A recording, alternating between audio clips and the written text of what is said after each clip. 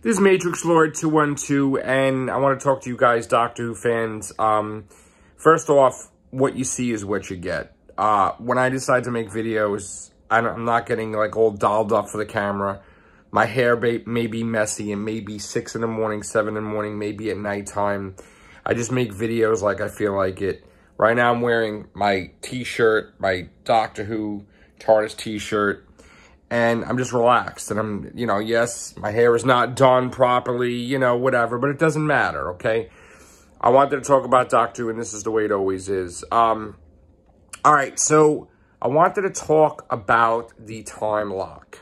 Now, the time lock was implemented because Gallifrey did not want, the TimeLords did not want anyone to interfere with the Time War. Now, here's the thing.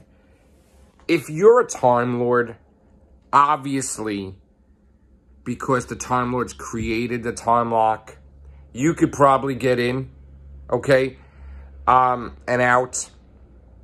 But if you're not a Time Lord, it's almost impossible. But this is where we're going to explain how Dalek Khan got through the time lock to pull Davros out of his ship before it blew up, because they said that Davros died in the Time War. Now, again, because Classic Who and New Who is the same Who, right? They just label it differently, okay? But you have to watch the classic series and let it flow into New Who, okay, to understand what I'm talking about.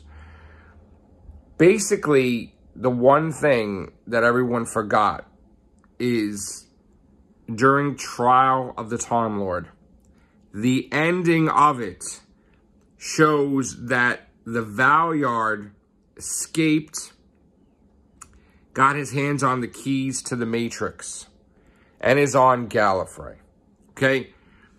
This is a huge, huge thing, because in a way, while the Valeyard was unsuccessful in defeating the Doctor and stealing his regenerations, he was victorious because he implanted himself in Gallifrey, in the hierarchy, in the main part, having the keys to the Matrix in Gallifrey. Okay? And while he's there, he's mucking up the works and doing whatever he wants to appease his philosophy and whatever he wants to do. Okay? Now, the whole thing with the Valeyard was, we know that in the future, somewhere between the 12th and final, which could mean Doctor 847, that he no longer has any regenerations, okay? And he's evil. So, he wanted a new cycle of regenerations. Now that he got defeated, he is still on Gallifrey. He is probably doing things behind the scenes to get himself a new cycle of regenerations and then get out. Now, I am pretty sure that the Valeyard had lowered the time lock so Dalek Khan could get in and get Davros and get out and cause a little bit of a problem, okay? Again, we don't know what the Valeyard's motives are. We don't know what happened to him in the future. But for him to go back along the time stream to try to change time means that there is something possibly that happens that is so crazy that he needs to change, besides him being insane and wanting a new cycle regeneration energy. I do believe that when the Time War happened, it was such a panic that they revived Rassilon, which, if you remember, I did numerous videos covering that when the Time Lords die, that they don't necessarily die, that their body is in like a coffin, okay? They're not buried. And through technology, they are connected to the consciousness of each Time Lord, but the Time Lord's body is done, right? So this is why in the 5 Doctors, you were able to talk to Rassilon. He appeared like a ghost, but it was Time Lord technology, okay? So when the Time War happens and they're gonna die, all bets are off. Everything is thrown out the window. No limit on regenerations. All the laws are nulled. And they make allegiances with anyone that will help them to win the Time War. So they go to Rassilon's body and they give him a new cycle of regenerations. And then he becomes the Lord President. And basically, in the Time War, this thing all happens. Now, they also restored the Master to be their champion, and he runs off. I'm sure that they made deals with Omega, and we don't know exactly what happened with that. Because again, as the woman said in the end of time, you have the Time Lords dying over and over and over again, endlessly, and regenerating and dying and regenerating, because there is no limits on regeneration. That's it. So he killed her. Remember, Rassilon killed her with the glove. And he's like, I will not die. I will not. So the point is that while the Time War is happening and there's all this chaos and who's going to rule and who's going to help and who's going to this, the Valeyard lets, my theory, Dalek Khan through because he knows that this stuff needs to happen. Okay, or just whatever. So we also know that Leela was on Gallifrey and she married Time Lord, probably had kids. She has to do with the whole Gallifreyan system. We also know that Time Lord Clara exists. She's on Gallifrey. She shows up with the First Doctor, tell him, don't choose this TARDIS, choose this one. Now, even if that, people are bothered by that and that she kind of canceled it out, it never really happened, Time Lord Clara is still on Gallifrey. She is one of the Clara's split million parts, and she does have a cycle of regeneration energy, I'm sure, and I'm sure that she's on the High Council. This is deep because when the cracks appear in Time of the Doctor, and the Doctor refuses to give the location to the Daleks, so he protects them and he grows old. They're asking the Doctor's name. They're not really asking the Doctor's name. They're trying to find out which Doctor this is. If this is the proper Doctor that doesn't have any regenerations, that they're going to give regeneration energy to. I do believe that, yes, Rassilon allowed the Doctor to have regeneration energy, but because he was so much dealt with trying to save Gallifrey, he left off the amount of regenerations to whoever to deal with it. And I think that Clara heard Clara and gave the Doctor an unlimited amount of regeneration energy, I believe. So we have good people and bad people on Gallifrey. We have the Valeyard, we have Time Lord Clara, we have Leela, we have Romana. Now, Romana went to E-Space, if you remember, and I'm pretty sure if she went to E-Space with Gallifreyan technology, she set up a new Gallifrey in E-Space, where I do believe Time Lords exist and Romana rules. As far as the Big Finish goes, to where she's Lord President, I don't know if I can consider that canon, because on a whim, the whole entire Big Finish could be wiped on a moment's notice in real Doctor Who show, because they do that from time to time. But I do love Big Finish also.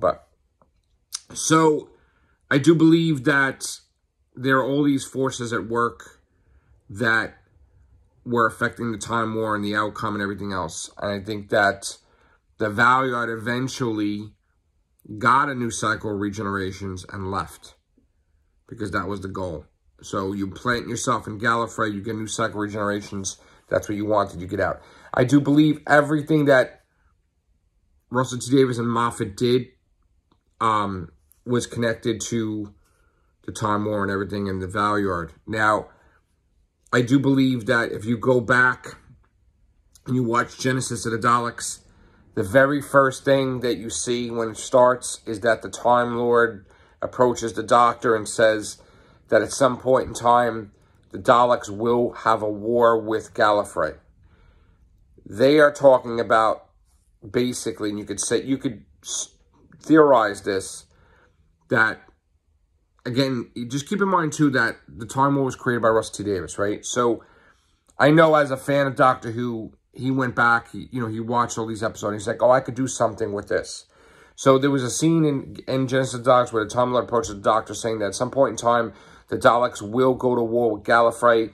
It may be catastrophic, and they're trying to alter time and alter the Daleks' origins. So that way they slow it, and the Doctor refuses. Now, keep in mind, too, that Davros encounters the Doctor. The Doctor basically had to put on the recorder all the victories, so that way, because he was a prisoner. And Davros knows that now the Time Lords were meddling with Dalek history and is pissed.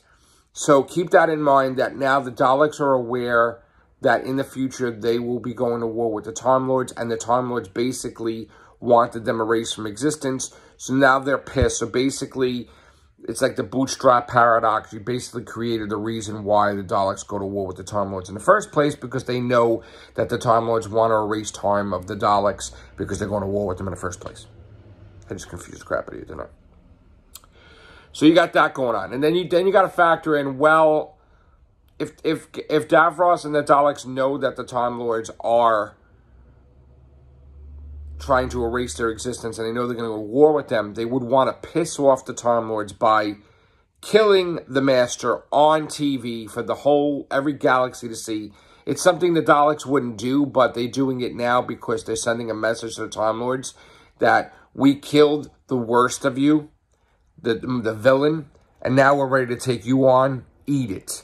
And basically, there you go with the Time War, an act of war. Even though the Master is a villain, it was an act of war. Basically started the Time War where Rassilon they all decided, I guess, they restored Rassilon, and Rassilon's like, we're going to just let's go.